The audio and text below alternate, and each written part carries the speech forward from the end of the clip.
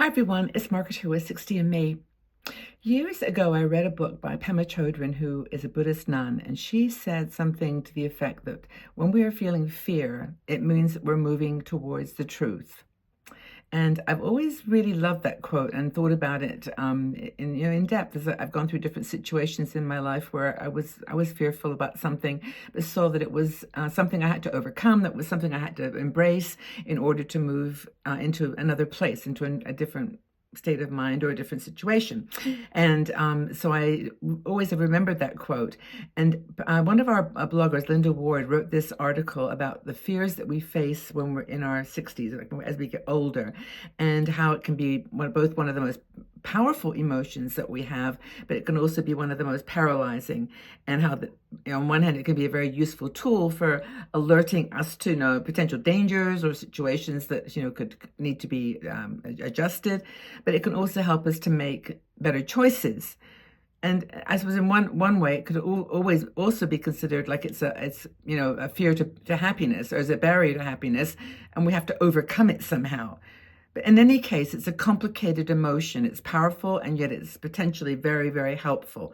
And I think there's some strategies to overcome fear, which Linda outlines in her article. But there's also some specific fears that we have as we get older. And I think that those are the ones that we should be discussing, because here's where we are, right? So the first thing about strategies for overcoming fear is to, first of all, understand the message that it's trying to relate. And this is what Pema Chodron was saying, is that it's actually moving us towards the truth. Well, what is the truth that is waiting to be revealed? I think that's really powerful. That's one strategy, is just to see it in that light, to understand the message. Like I know I'm going through this because I know I've got to decide whatever it is you need to decide. I'm fearful about this thing. The other thing is to talk to someone. And I know that we are just, as older women, we're kind of independent souls, and we don't want to share our challenges with anyone. But if you haven't got a partner in your life, someone that's by your side, then to find someone. And I'm just such a huge believer now, given all the things that are going on around us, that we have community. That, just a group of 3 people, 4 people, just a few people. I mean, I know that 60 and Me is a huge community, and we do offer that to you. That it's a framework for you to embrace. But it's also, I think, in your real life, you need 3, 4 people. You just need them, whether it's your 3 family members, 4, 5, 6 family members, or whether it's a small group in your community, your physical neighborhood, or whether it's a community around common interests. I think we need each other. So we could write about them. We can write out our fears. We can take a journal and write, and just take control of the situation, and maybe send a letter to someone that we want to address the fear, or the situation we want to address the fear. But it's Pema Chodron, I think, was right, that it, in the long run, leads us to the truth. And if we can do that, if we can find ways to embrace it and to face it, then we will be okay. So what are some of the fears? Okay, let's talk about the fears. Okay, as we get older, first one is independence, the fear of losing it. True aging can be, a physical challenge. There's lots to think about, lots of situations that can hold us back. But it's also, a way that we can do things to feel like our independence and mobility are down to us. We can deal with this by doing certain things. For example, exercising. It's a simple thing. I mean, I know I sound like a broken record to myself even, but exercising, movement, really things that keep you agile, do word puzzles, games, things just to keep your curiosity up, keep your energy going. And I think energy, by the way, that's my word for my 60s, my 70s, is just balancing it, and make sure that you're doing the right activities that are going to keep you strong mentally, physically, and also that you've got the people, as I said, around you that are going to, give you some guidance and some hugs. And of course, the other thing is to plan for the future, for your health, and make sure that you've got everything under control with, your health plan, that you're taking care of yourself, that you're going to the doctor, that you're getting regular checkups, that you're just paying attention to what's going on in your body. Second big fear we have, I think, as we get older, is losing currency in the world. And I use the word currency because as you move from a place where you're in the workplace, you're contributing, you've got some payment coming in, some salary or whatever, you're doing something, and you have currency, you have value, and people see that you have value.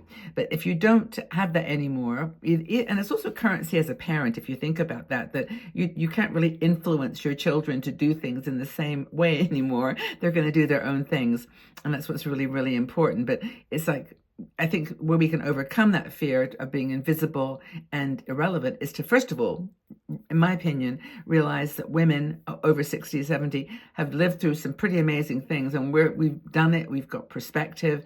We've actually got things we can share in that way.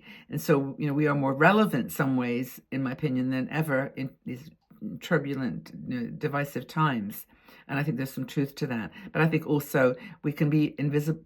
We can prevent being invisible and irrelevant by joining up, joining groups that are going to help you stay engaged and involved in your community, so that you're doing stuff that makes you feel like you're valuable, you're okay, you got it, and you've got to do that yourself.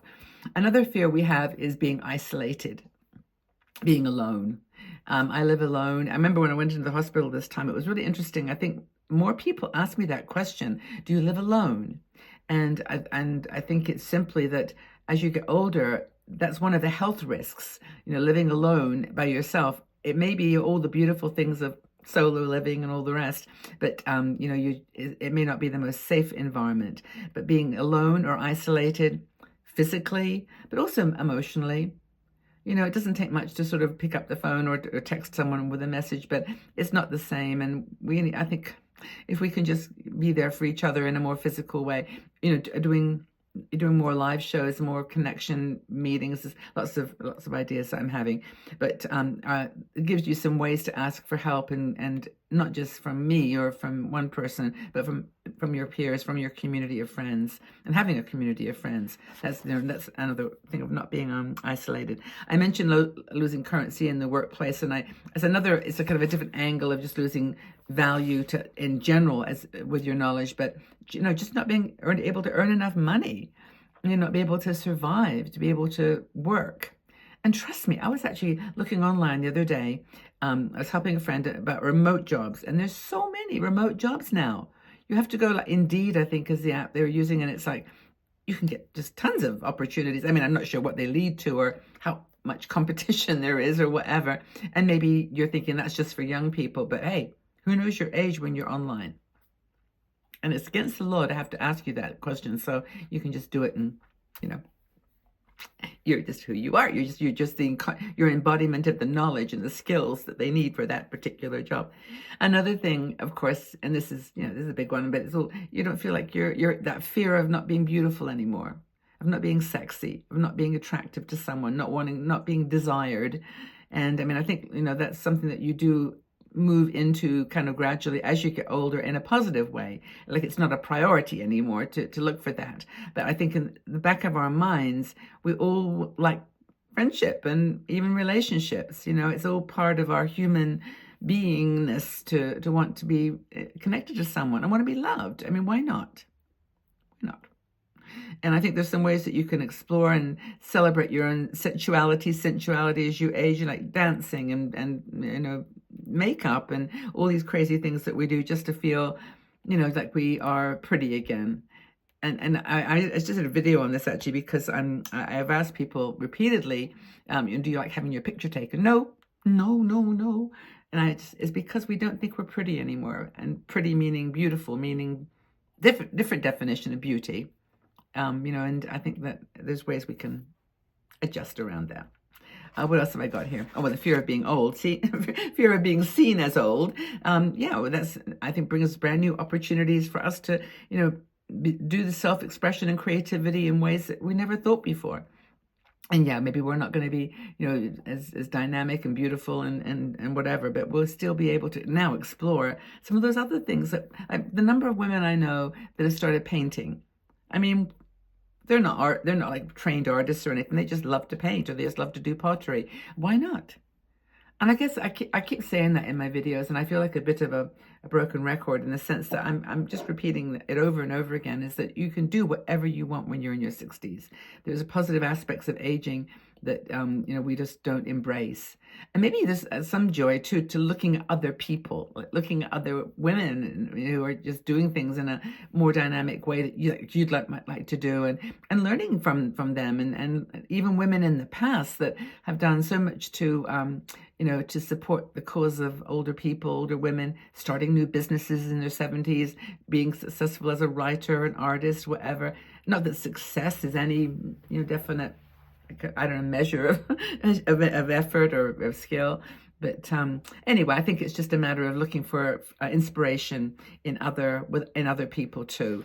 And I think that's about it for my list of fears. I mean, I guess fear of what else? Fear is. Can you think of any others? Have I missed any? Fear of, that's it. You're losing your mind. I guess fear of getting sick. I mean, fear of physical health. Yeah, that would be one too. But of course, we all know what Margaret would tell you to do there. I would be telling myself exactly the same things. But if you've got any thoughts on this, thanks, Linda, for writing this article. It's really helpful to get my thoughts around it. But please let us know what you're afraid of. And is it moving you towards a truth? How can we help you get there? We're here to help. We're here to support one another for sure. So take very, very good care. Lots and lots and lots of love. I hope you enjoyed this video. If you did, would you like it? Just press the like button, because then YouTube spreads the word. And go check out our other channels too, our website, our Facebook page. Just there's a lot more that goes on there than what I talk about in these videos. So please support us there. That would be wonderful. We could appreciate that. Okay, everybody. Take good care. Lots of love from me to you, and have a wonderful day.